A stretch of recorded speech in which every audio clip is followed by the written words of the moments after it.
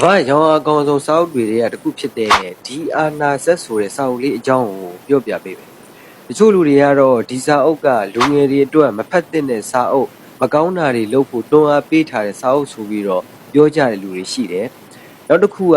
အမေရိကန်မှာရှိတဲ့တချို့ထောင်တွေမှာတောင်ဒီစာအုပ်ကိုဘန်ထားတယ်ဆိုပြီးတော့လည်းပြောကြတယ်။ဒါကတော့ marketing သဘောတရားလည်းဖြစ်နိုင်တယ်လို့တကယ်အမှန်တရားလည်းဖြစ်နိုင်တယ်။ဒီစာအုပ်ကနိုင်ငံရေးစီးပွားရေးနဲ့လူမှုဆက်ဆံရေးတွေမှာပညာရှိတဲ့လူတွေကဘလို့အတွေးခေါ်တွေနဲ့ဘလို့လှည့်ကွက်တွေသုံးကြလဲဆိုတာကိုသမိုင်းဇလန်းတွေနဲ့ဥပမာပေးပြီးတော့ရှင်းပြထားတဲ့စာအုပ်တစ်အုပ်ဖြစ်တယ်။ဖတ်ကိုဖတ်တဲ့စာအုပ်တစ်အုပ်လို့ကျွန်တော်ကတော့မြင်တယ်။ဘလို့လူတွေဖတ်တယ်လဲဆိုရင်လူတွေအကြောင်းကိုနားလည်ခြင်းတဲ့သူတွေ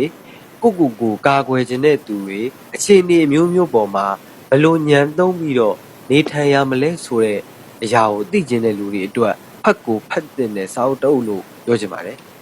ဒါပေမဲ့တခုတော့